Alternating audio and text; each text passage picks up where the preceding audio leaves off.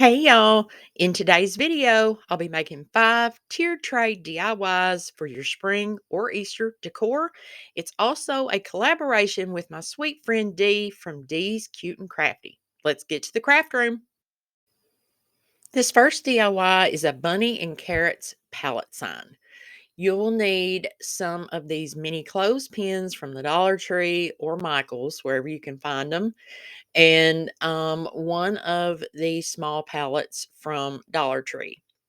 So to make my baby carrots, I am twisting the clothespins apart. The metal just pops right out, and I'm making about 6 of these.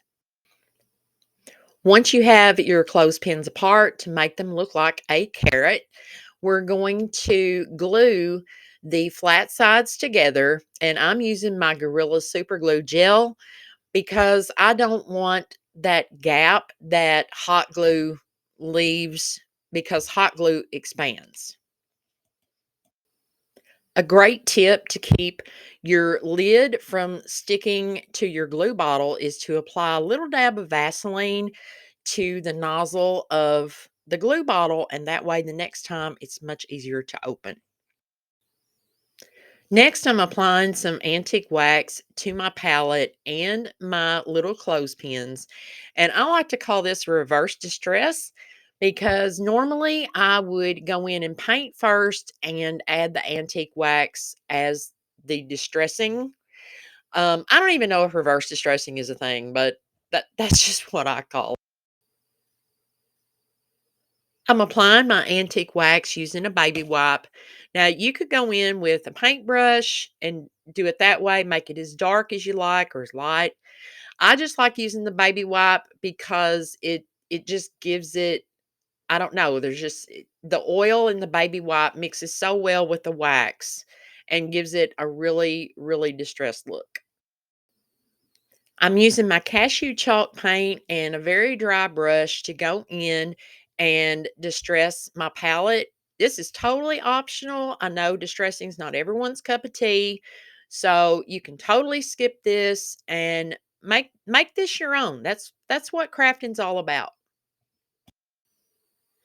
To make my little clothespins look more like baby carrots, I'm taking a dry brush and some pumpkin chalk paint and going over them just kind of lightly, not a full coat because I want that antique wax to show through. I'm using a metal bucket from the Dollar Tree to hold my little carrots, but in order to use it, I had to cut it apart. I spared y'all the agony of me cutting this thing apart. It would have been a lot easier if I found my tin snips, but I ended up using my needle nose pliers, some utility scissors, whatever I could grab to get this thing apart.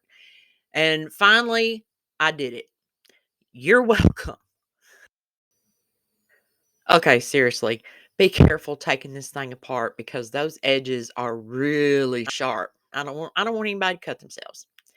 To make my bucket stand up, I hot glued a tumbling tower block to the pallet and used my super glue gel on the bucket and just held it in place for a few seconds.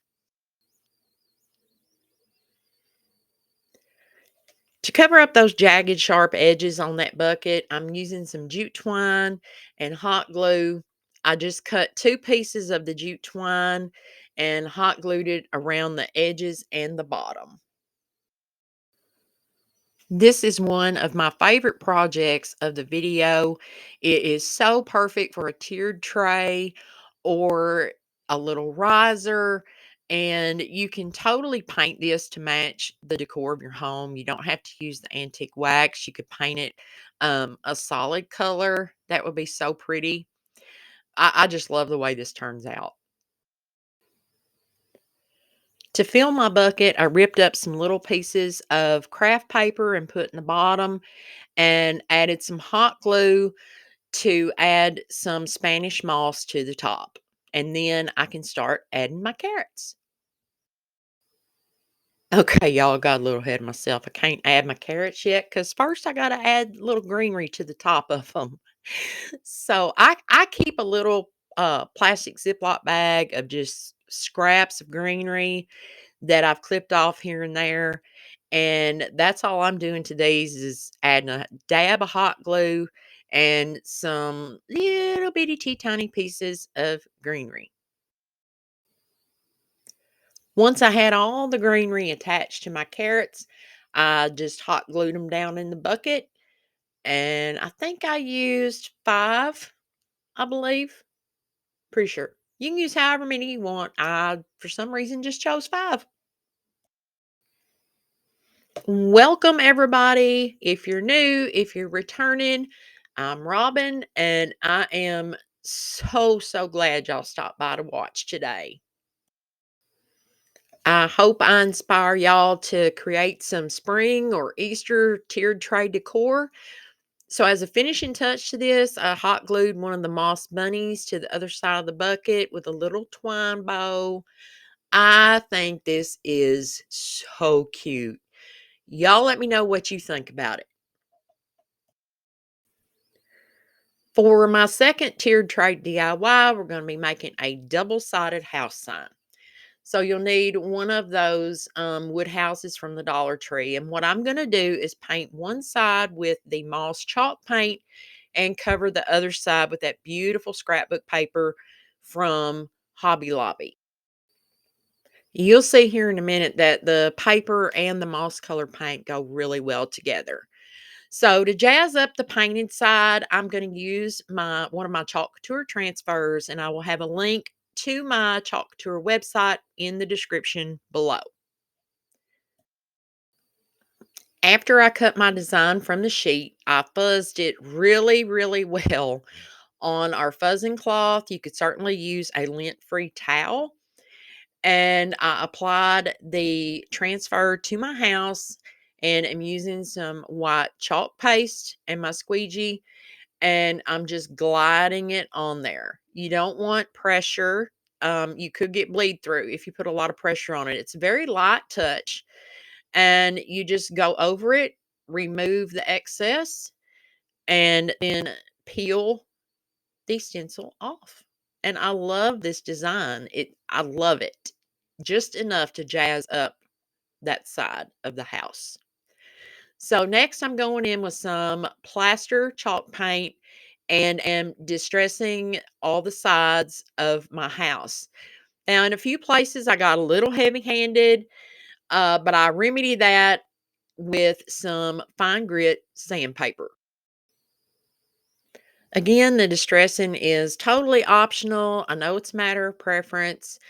I like it, but I didn't want a lot. And like I said, I did get a little heavy-handed. I tend to do that.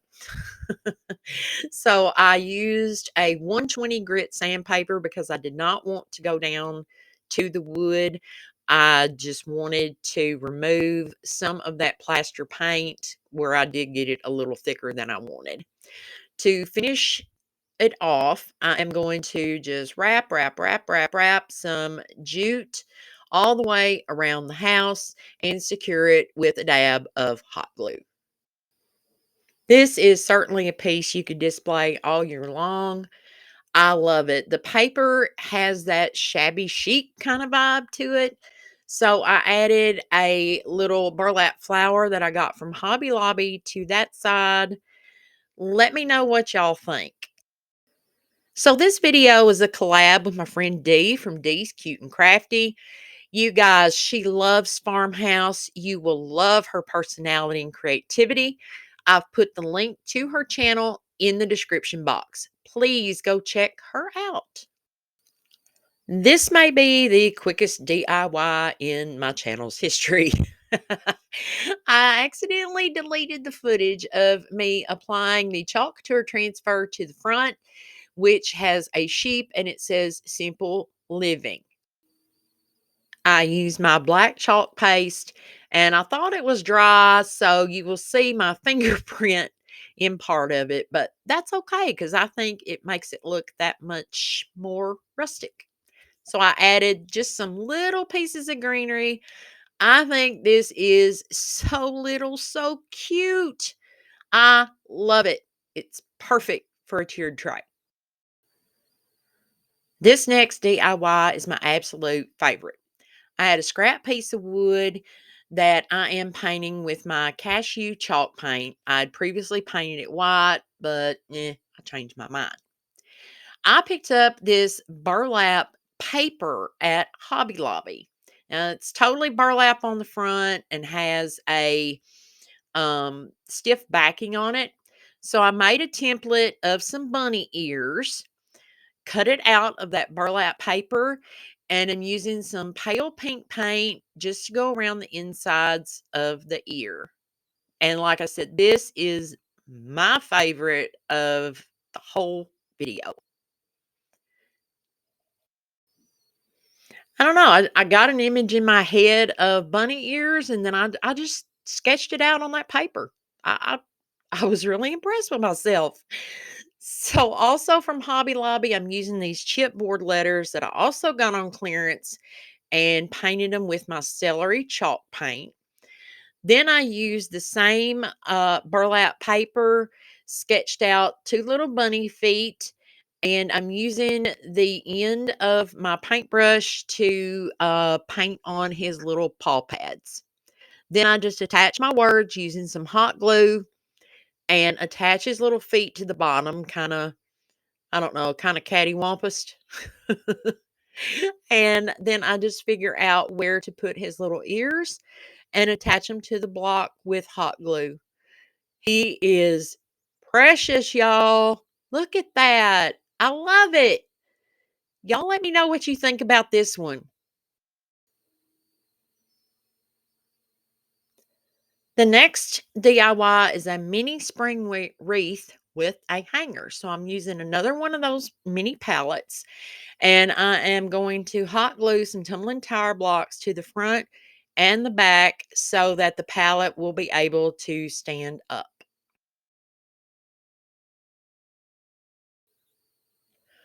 My 1 year YouTube anniversary will be April the 11th, and I would greatly appreciate it if you guys could help me reach 2,000 subscribers by that date. So I appreciate y'all so, so much. So for the wreath, I have one that I got in a package from Hobby Lobby, and I pulled out my little plastic bag of greenery scraps, just kind of put some there where I like it, and attached a piece of ribbon with some hot glue and hot glued that down to the palette.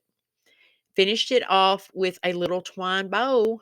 And I did use the same reverse distress technique on this palette that I used in the previous DIY. And this one is simple, cute, and done. You can switch out this wreath with the seasons. And look at these spring and Easter DIYs. I love that vintage look on that paper. You guys, please give this video a thumbs up because each one of those thumbs up tells YouTube that you like my content and it helps other folks to see it too. As I said, my favorite of this entire video is the little bunny hop block with the cute ears and feet. You guys, let me know which one is your favorite. Are you going to try to recreate any? I hope I've inspired you for some more spring or Easter decor, giving you some ideas. And as always, I thank you so much for being here. For more farmhouse style inspiration, click the video on your screen right now. Click the subscribe button to join my ever growing family. And until next time, y'all go get your craft on. Bye.